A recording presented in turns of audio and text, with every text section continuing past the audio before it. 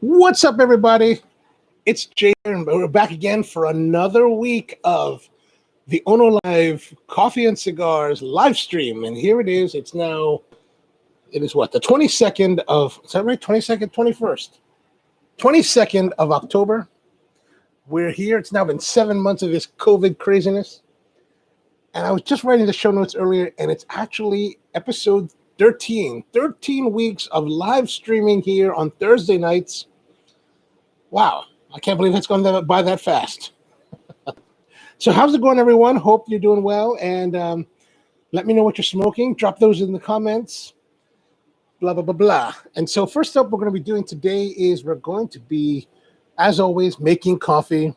And this week's coffee is the Finca Sumava de Lourdes. It is the El Tanqueployth, and it's a yellow honey process from Costa Rica, made by Francisco Mena, and you can kind of see Francisco's face on the bag here. So this is a great little coffee. Francisco, he named this place Sumava de Lourdes. Sumava because it's named after a national park in Germany. I believe that's what he told me. And then de Lourdes because it's an area of Costa Rica known as Lourdes de Naranjo, Lourdes of orange, I guess. And so it's a great coffee, and this is one that's yellow honey. And I was there in Costa Rica, and just beautiful stuff and wonderful flavors. And so basically it comes from about 1670 to 1700 meters above sea level, and it's a yellow honey process of a Caturra varietal of Arabica. So we're going to be brewing this today. It's also available on the website, sprocoffee.com. So if you want to get some, check it out. And if you use the password, not the password, but the code COFFEELIVE, you get 10% off. So good way to go. So first thing we're going to do is we're going to brew it in the Akira Koki strawberry brewer. This is the Akira Koki, and it's a really cool brewer from Taiwan. I actually did a video about this brewer a couple months ago, and you can find that on the channel. And I've also linked the link. I've also placed the link to the video down in the show notes below. And it's really interesting. Like, it's a glass dripper, kind of small, but cute. It's got these dimples, right? It's kind of like a dime. It's pretty. And there's another piece to it.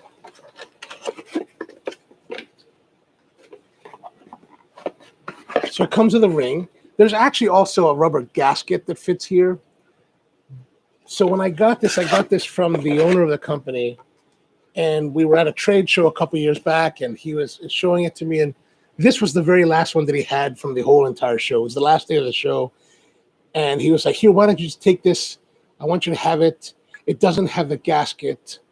And I was like, well, all right, awesome. I'll give it a try. And so the dimples here actually provide lift to separate the paper filter from the walls of the pour over, which is nice because it allows the water flow. And then you can see here the hole is very small. So if you compare it to other brewers like, let's say a Hario V60, it's very much tighter, which means that it restricts the flow of the water more so that the coffee takes longer to brew, which I think is a lot better for brewing because, well, you don't have to, let's say with something like the V60 that has a very large hole, you can pour the water through really fast and get under extraction. And that's never pleasant. So we're going to brew that in this thing, this beaker, because it's very scientific. And so we've got this cone. It's a conical shaped filter, brewer, but we have this typical Melita number 4 filter. So we just use a little hack. Like, you can go out and buy all these like conical like paper filters, but at Spro, we just kind of take it. And there's like seams, right? See the seam here and the seam here, the corners? We just take it, fold it over, make it straight, and that creates a cone. Now it's an uneven cone, right? As you can see, it's higher here, lower here, but it's still a cone and makes it much easier. And you can get these Melita #4 filters pretty much anywhere. All right, so I'm gonna put that in here. Now I've already pre-ground the coffee in a Barazza Virtuoso, a medium grind. Put that in here, good.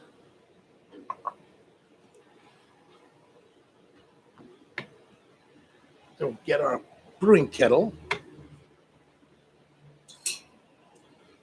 Some boiling, off the boiling water.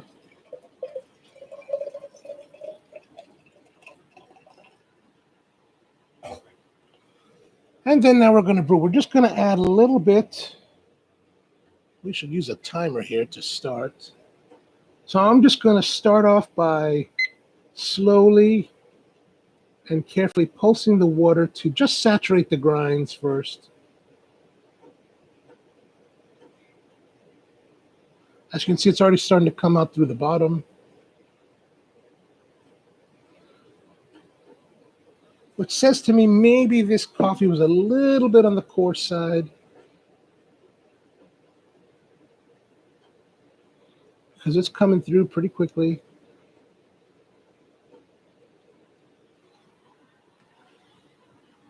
All right, so what we're looking to do, because we're using 24 grams of coffee, which is the ratio that we use to make a 12-ounce cup, we're looking to do 350 milliliters of water, of liquid and brewed liquid. And that gives us the right ratio for coffee brewing.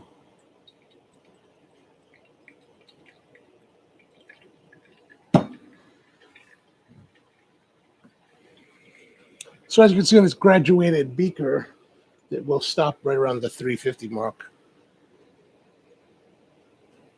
So what are you all drinking tonight? Drop them in the comments. Let me know what you're drinking. Let me know what you're smoking. Love to hear from you.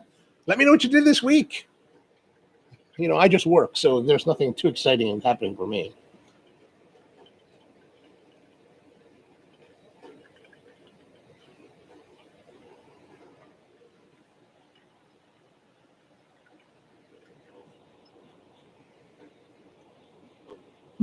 Nice aromas.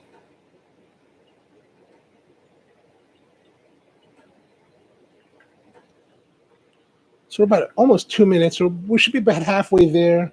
So it should be roughly around the 200 milliliter mark. I really can't see from this angle. I'm kind of just going by the force.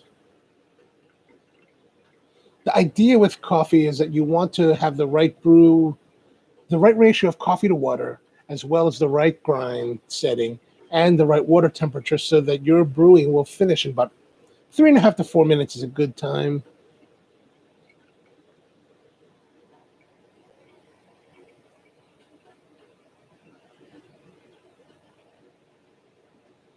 Okay.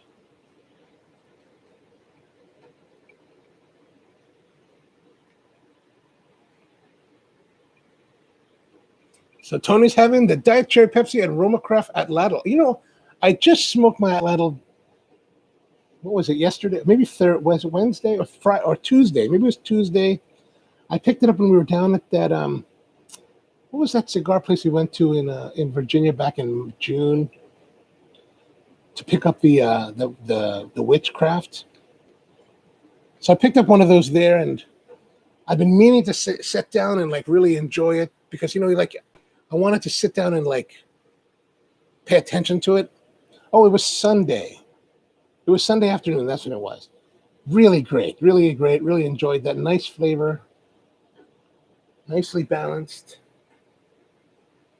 Oh, we're almost there. We're almost there. And we're at 3:30. Excellent.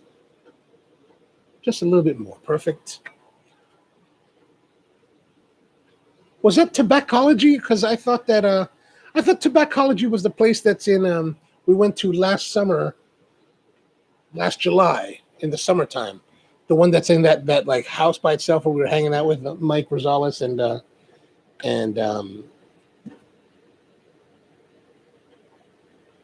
Vasquez. Why I can't remember his first name. Goodness, sorry about that, my man. And yeah, I thought that was. So George is smoking the Illusione MJ12 Maduro. Ooh, that's very nice, very nice. And Rusty, just finished my Nat Sherman Metropolitan and not putting the last of your Fincas. So if you guys are interested, Rusty's going to be coming down in about 2 weeks on November for the November 5th show. And we're planning up some stuff for that. I have to get you some coffee, right, Rusty? Okay, so let me work on that tomorrow. And then Bernardo's asking, does the filter affect the flavor profile or is it just technique? The filter, that's a good question. So maybe it's been a month now, but I did release a video about just that. So we took all these paper filters, the bleach filters as well as the naturals, and ran them through a taste test. And I found that the white filters, these bleach filters, have no flavor at all. They don't impact the flavor of the coffee in any way. Now, the brown ones that you buy, they do have a paper taste. So if you're going to use that one, you want to make sure that you're pushing as much water to pre-rinse the brown filters to get as much of that off flavor as you can. I actually meant to do a follow-up video where we're going to be taking the brown filters and doing just that, seeing how much water will it take to actually clear that out. But we haven't shot that yet. I'm in the middle of making this holiday video that I'm trying to get out before this weekend will be finished. So, or is it just technique? So really, it's just brewing coffee. At its very essence, all coffee brewing is taking the ground coffee, mixing it, steeping it with the water, and getting some of the solubles out of that coffee, and that's what makes the liquid.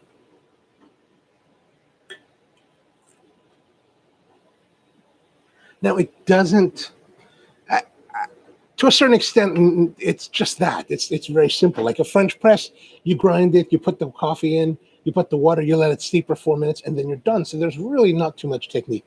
In something like this, there's a little bit more technique because if you're trying to find the right balance between, let's presume you have the right amount of coffee, the right amount of water, or you're going to use the right amount of water, and you've got the right grind setting. Now it's just a matter of controlling the pouring of your water so that your brew time will be 3.5 to 4 minutes, which will give you the proper extraction time to get the most flavor out of the coffee. So that's kind of where the technique comes in. Now you can watch all these videos of all these people, and they've got all kinds of techniques and all kinds of, they're measuring all kinds of things. They're doing like scales and, they're weighing it down to the 10th, maybe 100th of a gram. And you could do that. That certainly works, but this works just as well. As you can see, I just kind of did it on the fly. I wasn't getting too technical with it. All right, so now we're going to put it in the cup.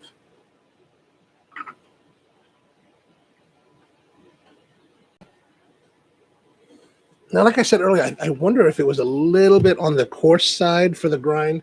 So what happens is the coarse side, so let's say for how you think about it is there's coffee and you're grinding it really, really coarse for the French press, right? Because the coffee is immersing itself with the water for the entire period. However, when you're doing pour over type of grind brewing, you want more of a medium grind that's a little bit, that's finer than what you'd use for the French press, because you want to get more solubles out of that coffee as the water's flowing through it. Because the water's flowing through it, you don't want it to be coarse. Well, I guess I should say it the other way. When you're doing like a French press, where you're immersing the coffee and the water together, you want it to be coarse because you're trying to control the amount of extraction that's happening. I hope that makes sense. All right, so let's taste.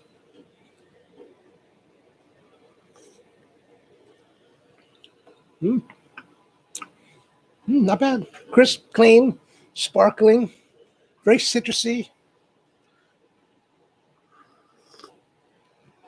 Like there's some notes of like yuzu, that kind of like sharp, lemony yuzu kind of bite on it.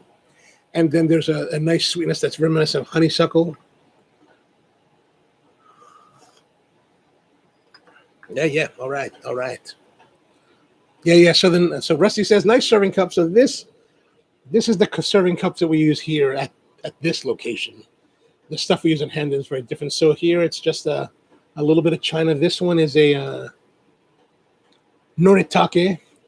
And, you know, I like the Noritake China. Well, not all of them are like this, but I try to find these older cups because there's a nice delicateness to the cup.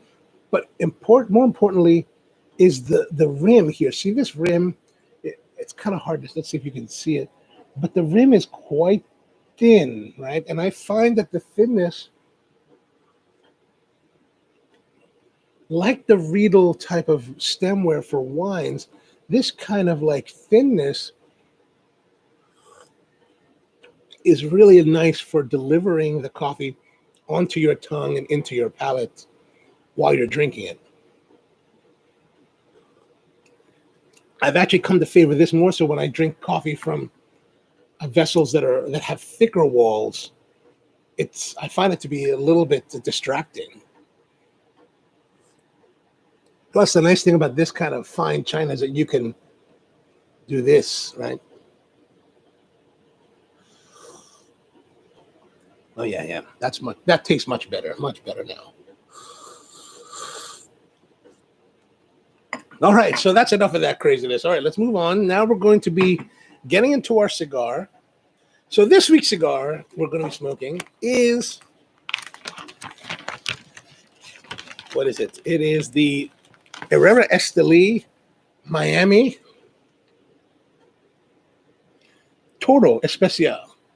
And this one's made by Willy Herrera at his home base. It's kind of like his, they said, what was it? I read an article. I read one of the things they were talking about in one of the, maybe it was in Half Wheel. They were talking about how this is kind of his return home to his home base. This is where Willy Herrera started out learning cigars with his mother-in-law. I guess it wasn't her mother-in-law, his mother-in-law back then. And then in 2011, he moved on, left El Titan de Bronce in Miami's Little Havana neighborhood, and then went to work for Drew Estate, where eventually he started the Herrera Esteli line. And then he came with this Miami. So this Miami's, I guess, is his homage to something there. I don't know. I'm just kind of riffing on what I'd read. But it is made it's called the Miami because it is made at El Titan de Bronce. And it's using, what do we have? We have Habano Oscuro wrapper from Ecuador. There's an Ecuador Sumatra for the binder. And then they're using filler from the Nicaragua and the Dominican Republic. Oh, I'm sorry. This is the short Corona Gorda. Short Corona Gorda, not the Toro. So this one is...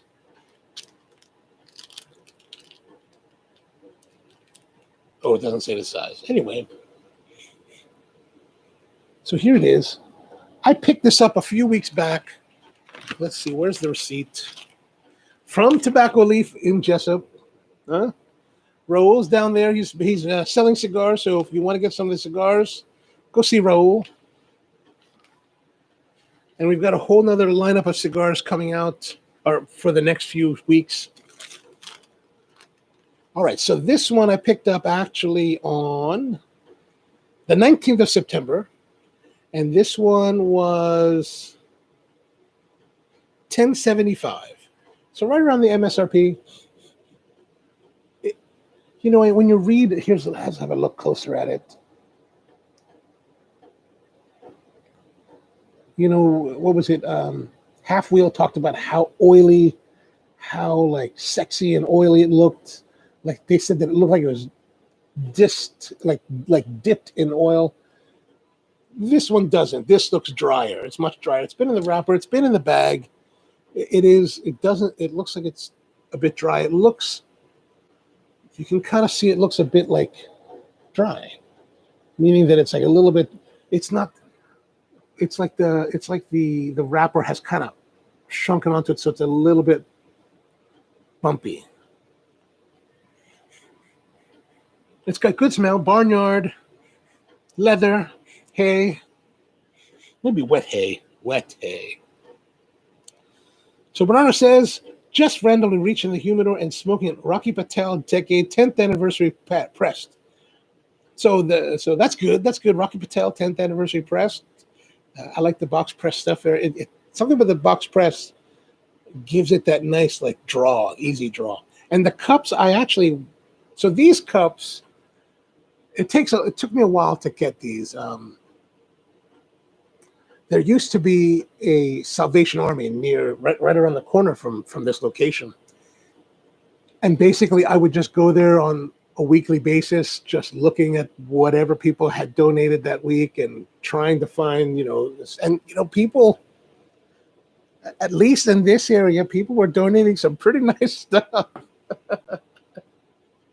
Like actually the one thing I missed was the candelabra. This one day I walked in, and here's the thing. So with Salvation Army, if you're going to go to Salvation Army and Goodwill, those kind of places, then you need to be ready to buy at that moment, right? If you see something, you should be buying it right there. So like what tripped me up was that the Salvation Army, like I think Wednesdays and Fridays, they would have these discount days, right?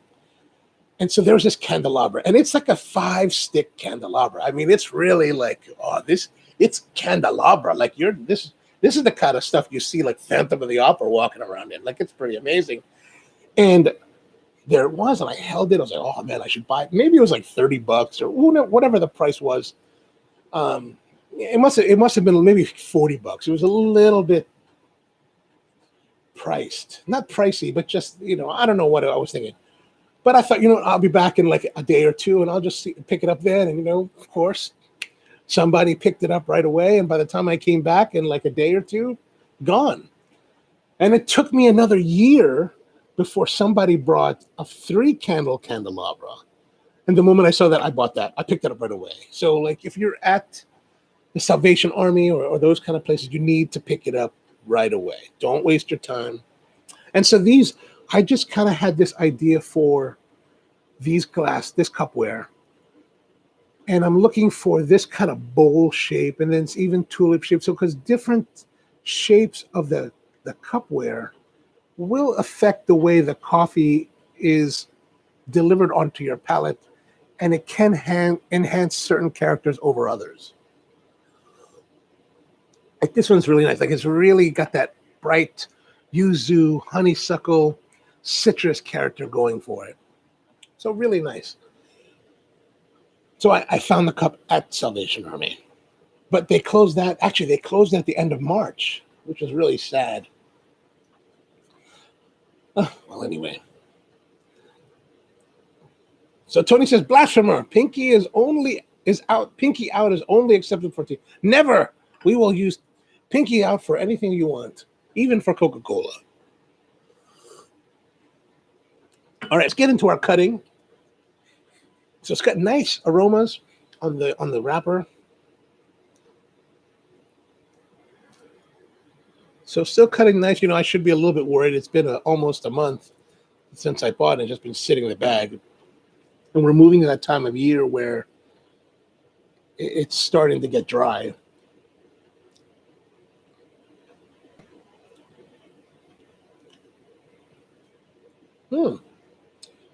So as I'm tasting the wrapper, there's a slight saltiness, a pleasant saltiness. Like a light saltiness that you'd find like on a pretzel. Like the baked pretzel, not the ones not the Snyder's of Hanover type, but like kind of the warm ones. Maybe the ones you get at like the carnival or at the roller rink, at the skate land. That kind of saltiness. But there's another flavor that's actually quite nice. Maybe a leathery. All right, let's do some cold drawing.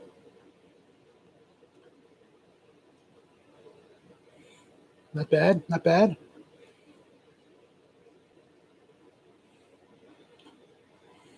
Nice. Now the press release from Drew Estate says it should be semi-sweet chocolate, cedar, almonds, pops of citrus. I'm not really getting much of that, any of that. But there is a little bit of sweetness on the tongue now from the cold draw. So Rusty's saying, question about your Zycar cutter. It's an awesome cutter.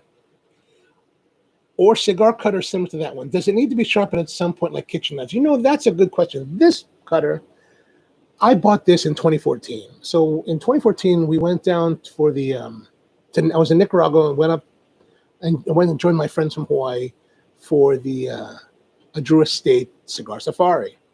And so a couple of us stayed after, and one of my friends, Marvin, he's very well connected with people in the cigar industry. So he was like, why don't you come stay, hang out with us for a couple extra days, and let's go hang out with some of these guys. So we were with Paul Palmer at Aganorsa in their tasting room. They've got this taste room, and we're tasting all these tobaccos, and they were using this. And that was the first time that I got to try this. And I thought it cut really, really well. Now, if I compare it to how it used to cut, I think it does need to be sharpened. It still cuts very nicely, but like actually, I have one from Roma Craft that's also this Cigar MTX cutter in their logo, but I've never used it. It's just sitting in a box. And if I busted that out and I was to compare the two cuttings, fresh versus 6 years, it's got to be, there has to be a difference. There has to be after this time. So, looking at it, it's kind of a single, each of these are, I guess it's like a scissors, right? Scissors are only single-sided, like the Yanagi-ba kind of Japanese style knives, right? So I guess you could sharpen it with one of those ceramic rods. But I do believe that Cigar has a lifetime warranty, so I think I can just send it back and get a fresh one. So I hope that we'll have to check. Maybe Tony knows. So Tony says you're probably closer to the UK standard 65% relative humidity. But what if it's 80? Is it still 70? No. Actually, it's interesting for me personally. Like I have a humidor in the basement, and the basement's relatively cool throughout the summer. It's relatively stable temperature-wise. But I found that over the years, I don't really get too crazy with the humidity during the summer months. I find that the summer months here in Baltimore are humid enough where I don't really have to worry about it. Like even here, I keep like a small like tabletop humidor and some cigars in bags and just a collect. But I haven't had any problems. I did start to see a little bit of dryness on some of the PDR 1975 cigars. So I put those back in the humidor. But I had been leaving those in the box since it arrived from where I bought from Thompson.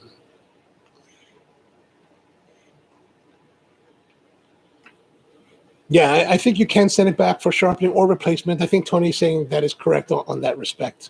All right, right on. All right, so let's do some lighting. Maybe we will do, instead of using our crazy G4000, maybe we'll go back to the matches.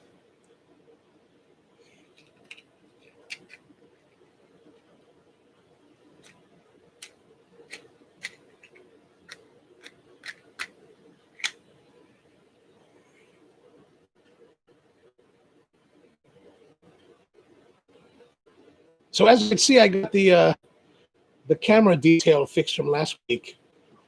Turns out there's a way to select a certain camera or port configuration that kind of went to a different default last week. I had never thought about setting it until just now. So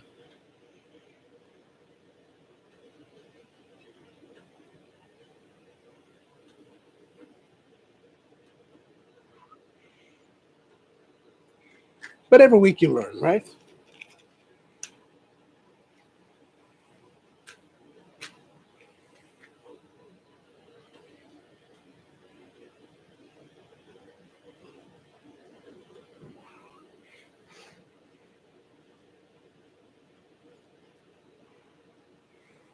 All right, all right. Whew, got that lit.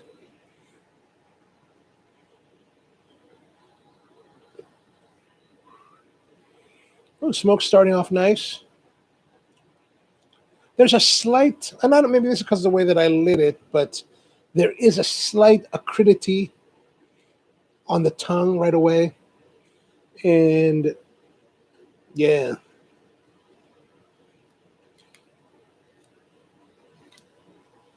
All right.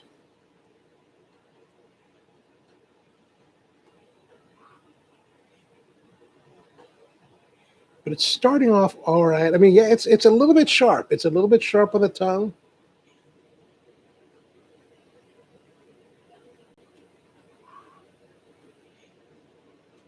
Yeah, it's a bit sharp. It's a bit sharp. So let's see what else is happening here. I said it was made at El Titan de Bronce in Miami. Oh, this cigar, Cigar Aficionado in 2019, last year, was rated this as the number 25 cigar out of the top 25 cigars of that year, of 2019. So I'm smoking very illustrious cigars now. Yeah, I was kind of looking. I remember when I was looking at the cigars. This is part of the series that we bought. What else we got? I picked up the day that I picked this up. I got the Pledge Sojourn, the Crownheads Mil Diaz. Oh, the Call to Arms Stolen Throne Robusto. Man, those Call to Arms cigars. Whew. But I wasn't sure. I wanted to get the fourth one for this month. I tend to buy them kind of by the month, right? Like four cigars at a time. And I wasn't sure if I was going to go with this one, but I decided at the end that I haven't smoked this one personally. I've smoked the original Herrera Esteli, and I think there's one that's a green label, right? So if you smoked the Miami and the I think there's a green label and the original, do you have a favorite? Let me know in the comments.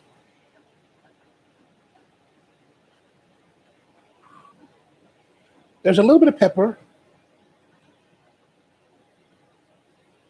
So I was looking at Cigars International.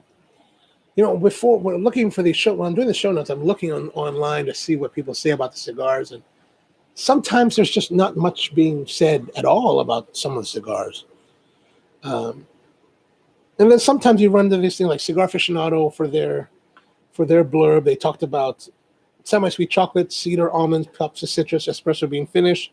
And then as I looked at Cigars International, where they rated the cigars in 93, they basically had the same flavor notes. And I was like, well, obviously that must be PR related.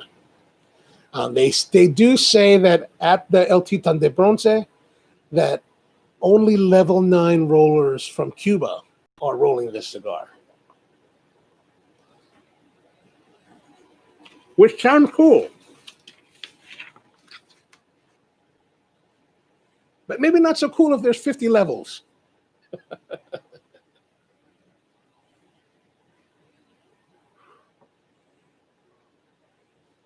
So Rusty's asking, I don't know if you answered this. I haven't. How do you pick your cigars? Are they ones that you specifically look for, or does your tobacconist recommend? It's a little bit of both, right? So, for example, one of the earlier shows, the one with the brulee, that's one that I was like, I want to find that, and so I got that at Tony's shop, and because I wanted specifically to try that cigar. But a lot of these other ones, basically I'll go to Raul's at Tobacco Leaf, and I'm kind of wandering through the humidor. And if Raul is there, he'll make some suggestions, or Yasser and Mary will make suggestions about what to try. Like the Stolen Thrones, I really knew nothing about that cigar. I never even heard of the company. And I just happened to be there a day when they had both the Call to Arms and the Crook of the Crown. So they're like, you need to try this. You need to try this. Oh, all right, I'll give it a try.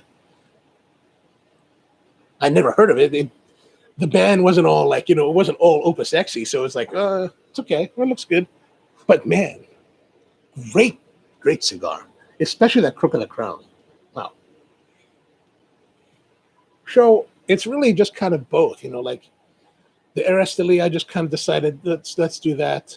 Some are just kind of things that I'll see that look interesting. Like I said during the Rocky Patel show, I'm always kind of like leery of Rocky Patel cigars because of my past experiences. But it's the one that the Moreva is the one they're using for the World Cigar Smoking Championship. So I really wanted to try that ever since I heard about it on the Cigar Authority podcast back in, I guess, May or April. And so when I saw it, I was like, oh, okay, there. And plus also I wanted to, at the time I was trying to find a Rocky cigar to smoke because, if I'm smoking for my personal self, I'm pretty narrow now. Like I don't really venture too crazily. I like we've talked about in the past, I tend to smoke a lot of Roma Craft, some Tatuaje, and kind of that's where I've kind of been staying for the last couple of years.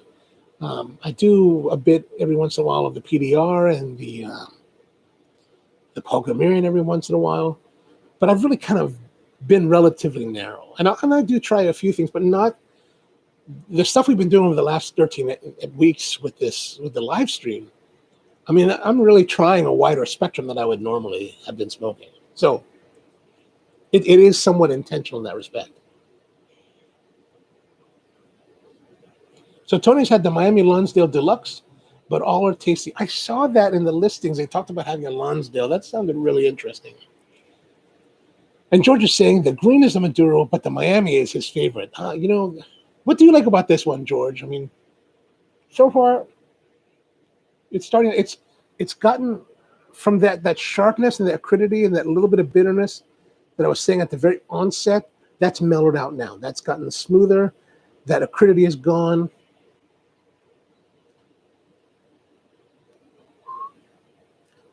I guess now we're getting more cocoa notes. Still with tobacco, still with some leather.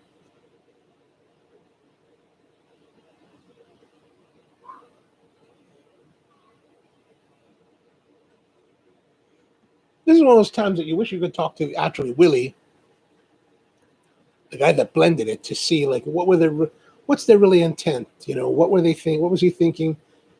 What does he want to achieve with this? Why these flavors? Like it's been a while since I've smoked the Herrera Esteli. Like, so for like George and Tony, if you guys have smoked these along the rest of the line, what do you think how does this one really differ from the other two?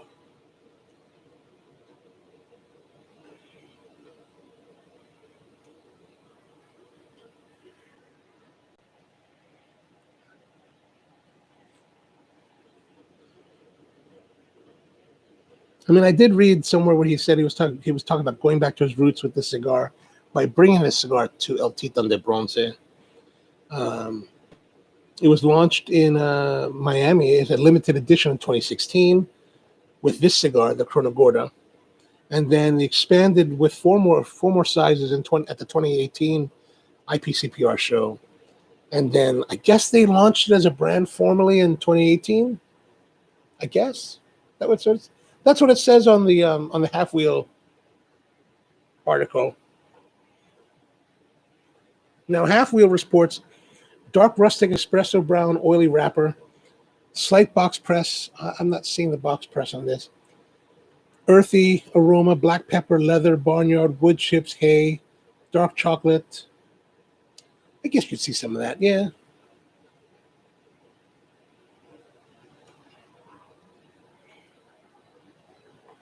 But starting off nicely.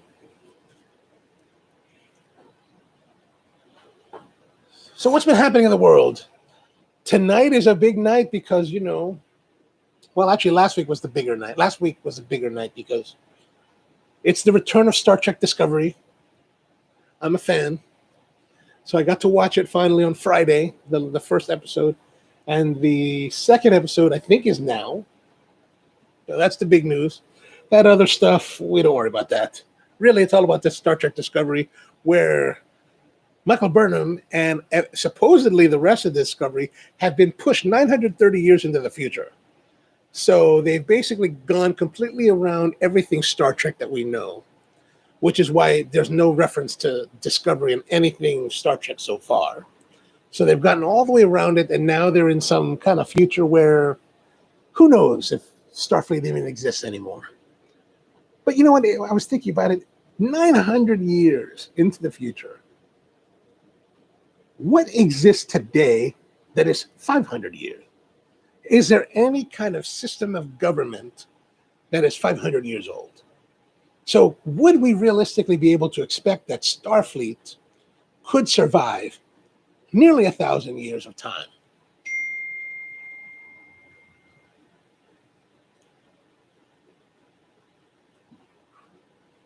I don't know. I don't know. Crazy.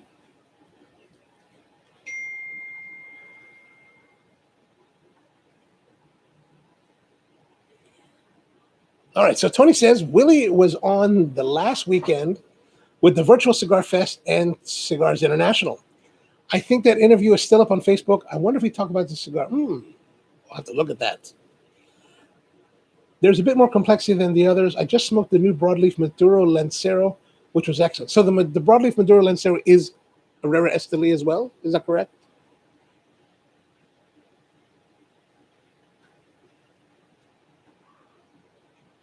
Yeah, smoking good. Smoking good. Actually, it's nice. I say there's some spice. Definitely leather is a big component of this. Cedar is a little bit there as well. I mean, these guys at half wheel say tree bark. Maybe. I haven't been chewing on trees lately.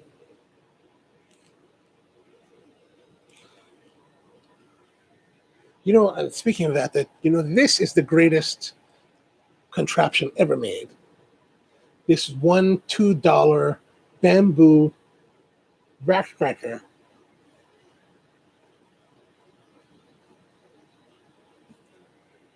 With the slightly sharp edges, the little fingers, allows you to get into that really deep crevice and really just get at it. I don't know about you guys, but I got these at Pier 1. And when I would buy them, I would buy them like by 5 or 6 at a time, and then I would leave them all over the place. Like there's one by my desk, like at both my desks at home and my desk here. It's like there's one like, bam, right there to the right. So it's always at the ready. I'm always trying to keep these around. Like I have one for my travel backpack, so it like sits here. So in case I need to, I just kind of reach back, grab it from the backpack, and it's at the ready. It is the one true symbol that I think that God exists in the universe. The rest, he says, I have one in almost every room in the house, and I'm like, see, that is it. That's exactly how it should be. It makes life so much more enjoyable. Because, there's nothing worse than you're trying to reach around. And then, I don't know about you guys, but there are some points in the back that are just unreachable. I'm a chubby guy, right? So there are certain parts that I can't reach. Maybe you skinny guys can reach it. But muscle guys too, right? Muscle guys, they can't reach back there. Right? Yeah.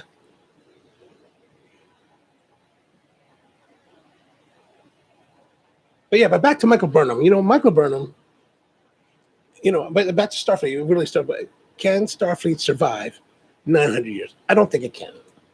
We'll find out. We will find out. Let's have some more of this coffee. Man, that is quite nice. I was actually kind of concerned that it wasn't going to brew very well. That I thought that maybe the coffee was a bit too coarse. I think it's a little bit on the coarse side for sure. But I'm really enjoying the really light kind of bright character that this is producing. And it's not really a lightly roasted coffee. I mean, I tend to roast more of a medium roast for a lot of our coffees. Even this one, we're not really a light roast house like a lot of these new third wave companies are. I like that caramelized, that Maillard reaction development to the coffees. I think it gives more sweetness, more complexity. But this one, because it's a little bit coarsely ground, it actually brings a lot of the brightness out. almost, you could say that it has a tea kind of like thinness.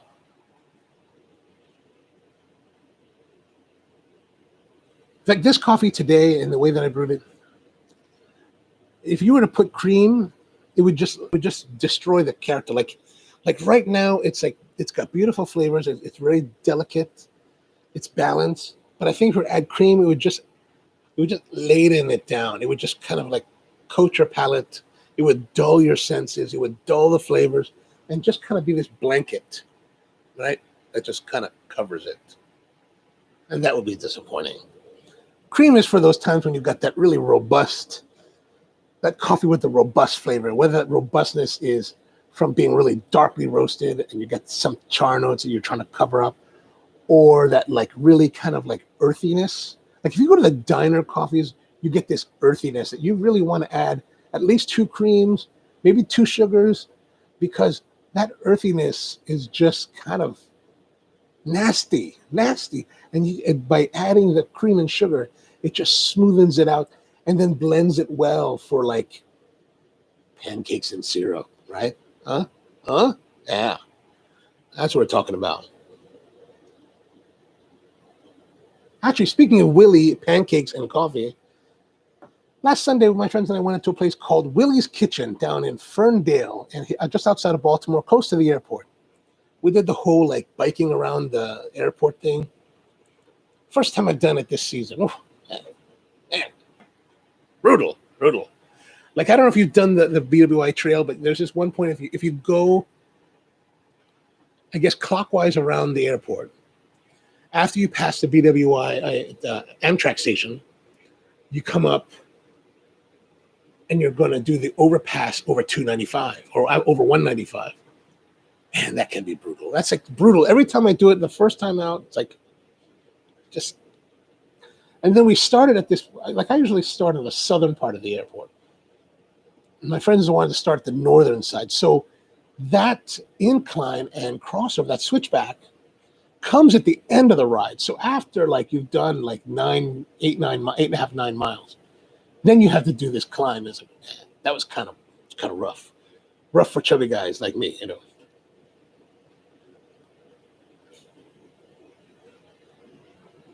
Actually, there's a point where I'm coming on this other hill. There's a hill after that.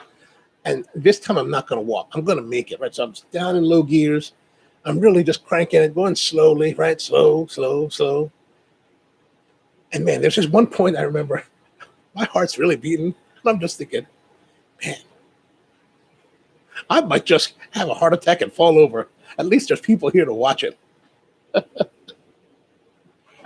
Oh, my goodness. So Tony says, a custom Nick Perdomo, it's always coffee with cream while smoking cigars because the cream keeps the palate clean. I don't know if I agree with that.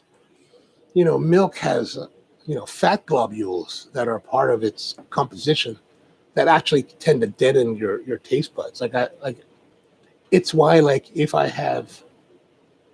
Brian brings over like, Chick-fil-A ice cream or like the Oreo shake, if you drink that and then you smoke immediately, it deadens the senses. I don't know if I quite believe on what Nick's saying. I don't know.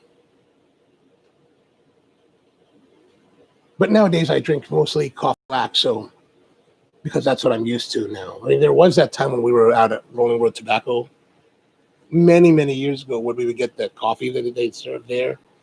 I would get the 16-ounce coffee, 6 packets of sugar, and a lot of cream. But that was mainly because I never really liked coffee.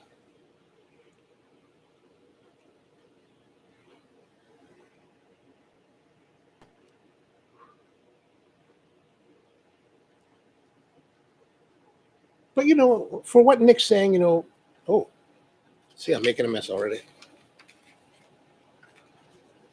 I also think that it's how you train your palate, So if you drink a lot, if he's someone that's drinking a lot of coffee and tasting, I think over time, your palate will learn to discern the taste. So what I mean by this is like, I smoke cigars, right? And so, but I also cup coffee critically, whether we're, buying coffee or just at different functions. And since I've been smoking cigars for so long, I mean, even prior to me getting into coffee, my palate has been able to, withstand that challenge. Meaning that, like, let's say, like I wouldn't think twice about having a cigar now, and then tomorrow morning, cupping coffee critically. And I would be able, and I've done this many times where I would be very much in calibration with everybody else. And a lot of these other coffee cuppers, they're very much like, oh, we can't smoke, we can't drink, we can't do anything the night before. But I do think it's really about how much your palate is trained. And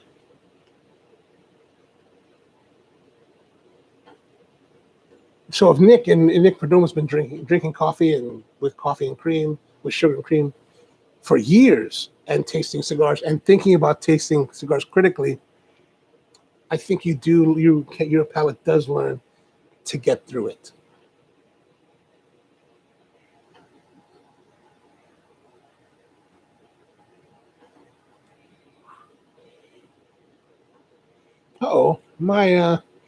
My messaging system says that the chat has been disconnected. Does that mean that we are disconnected? I hope not, but maybe. Of course, I'd say, why don't you drop it in, if we're not disconnected, drop it in the comments. But who knows? How can you do that if we're disconnected? Either way, we're just going to keep going, as though there was no problem.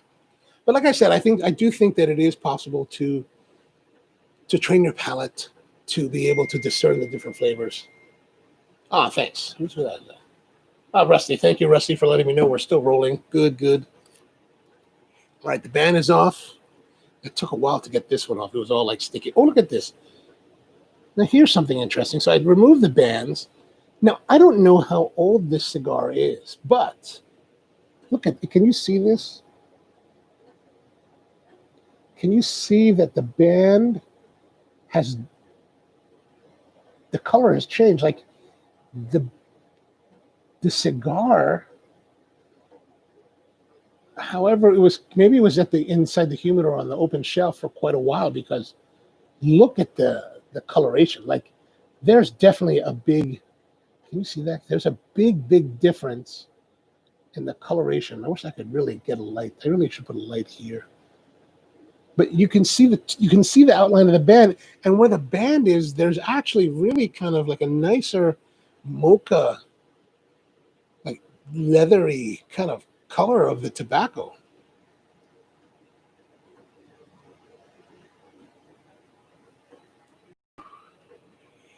Well, it says it's still not able to connect to the chat, but whatever. We'll keep on going. You know what I read today? Today I was looking online, and it turns out that the Great Pumpkin, the Charlie Brown, you're the Great Pumpkin, Charlie Brown, will no longer be on broadcast television. So since we were children, we've always watched Peanuts and Charlie Brown, all the specials, the Great Pumpkin, the Thanksgiving, there's a Christmas one, right? Yeah, with the droopy. We've watched all of that on like ABC or NBC or whatever it is. It's always been on broadcast. Now it's not. Evidently, Apple decided to buy the rights, and now we'll have it on their Apple TV Plus, and you will have to subscribe to watch any Charlie Brown holiday specials. That's an outrage. We should be storming Apple's headquarters right now. Well, for next week.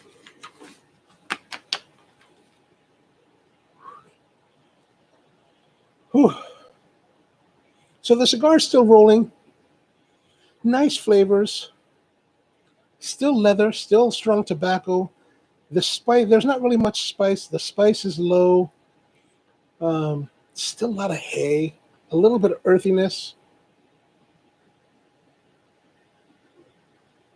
it's enjoyable, but in some ways it has, so far it's kind of been, after that acridity at the very beginning, it's kind of been, we're still really on the first third, so we're probably finished with the first third, so it's been relatively static, which at this point I hope it will change, because if it remains static through the second third, I feel like it's going to be a little bit boring.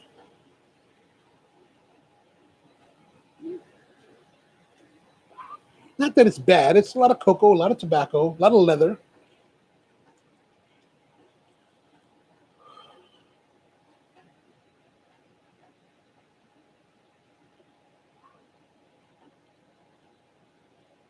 So I shaved again this morning. So I finally, after what, maybe four shaves, I finally changed out the double-edged razor in my my thing, and it felt a lot better. I'm getting better with it. You know, I feel like the last time I did it, I think I did it on Monday, and there were still some stubbly parts that I missed that I just kind of glazed over. And this time it's yeah. I do think that I've been using this like mug, right? The little mug, the little cup for creating your lather. I really feel restricted now. Like trying to create a lather in there, like especially the lather that I see these other guys like. So last week I mentioned there was a guy there was this UK guy, Irish guy, really manly kind of guy. I remember that his YouTube channel is called Executive Shave, and he's just like, you see him and he's got this lather that's like super like buttery looking, but with such a tight cup mug, it's very difficult to get that lather, I think. So I think you need a bowl. That's what I need to get, is a bowl. I think I'm going to go to my local pottery guy and be like, hey, man, can you make me a bowl that has these ridges inside? The ridges will help to create the lather, right? And one that I can like kind of like if you ever did matcha tea, the matcha tea bowls. Like I remember the first one that I bought, I thought it was correct. And I talked to this matcha guy and he was like, no. Your bowl is too small. Oh, my bowl is too small. All right, let me get a bigger one. So I got a bigger one. So much better for making the matcha. So I'm thinking that now with the lathering of the shaving cream, you get the bigger bowl, so you get then you can get the nice lather, because my lather is still kind of bubbly, right? Not big bubbles, but bubbly. Where theirs, when I see their videos, man, it looks super like creamy. So my goals right now, one of my goals for 2020 is to be able to take my Badger hairbrush, take the Kreml cream, and be able to whip it into that kind of like creamy, buttery lather. That's really my goal this year. If I can achieve that, I will have achieved something.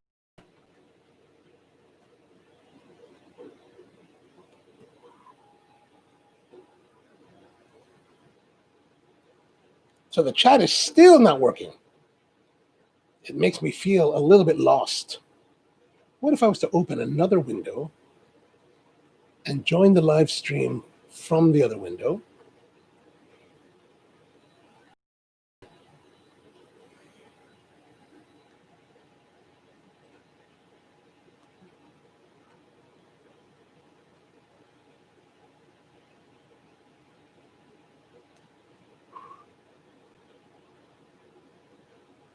Oh, yeah.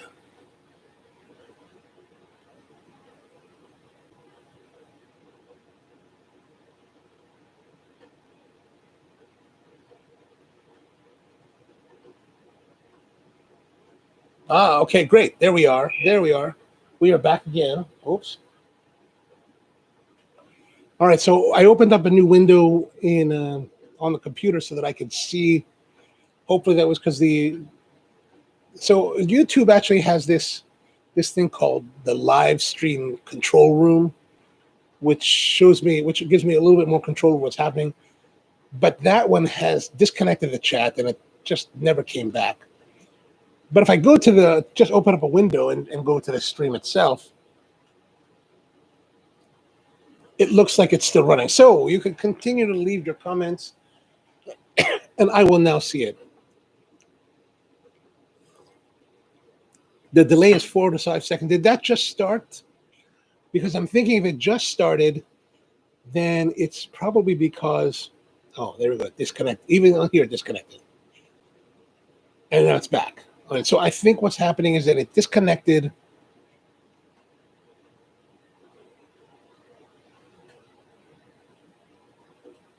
Oh, goodness. Wow, the stream is really late. Oh, gosh. All right, so what's happening then? It must be that when I switched over and added this. So this laptop that I'm using is a 2013 MacBook Air. So it's getting along in the tooth. So the more that I try to do on it, the more difficulty it has to push it out. So I'm going to close this window up in a moment. Let me just catch up on what you guys were saying. So George says, cream helps bring out the creamy notes in cigars. I only drink coffee with cigars on Saturday. Saturday? Why only Saturday? Then Tony says, he said it was better than guys sitting on smoking cigars and drinking milk. That has something to do with you, doesn't it? Okay, the lighting has probably washed it out while oh, yes, from the color for sure. No, Rusty, it will not be free on Apple TV. You have to go to Apple TV Plus, which I don't know the difference. I think Apple TV Plus is a subscription service, so you have to go to the subscription side to get it. All right, so I'm going to close this window.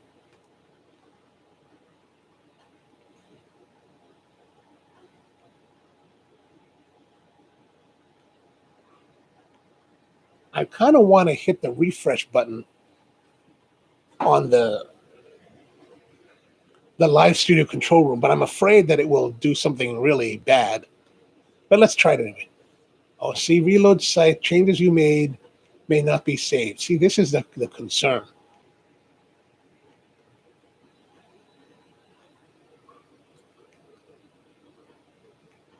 Always technical details. All right, let's just try it anyway. All right, good luck.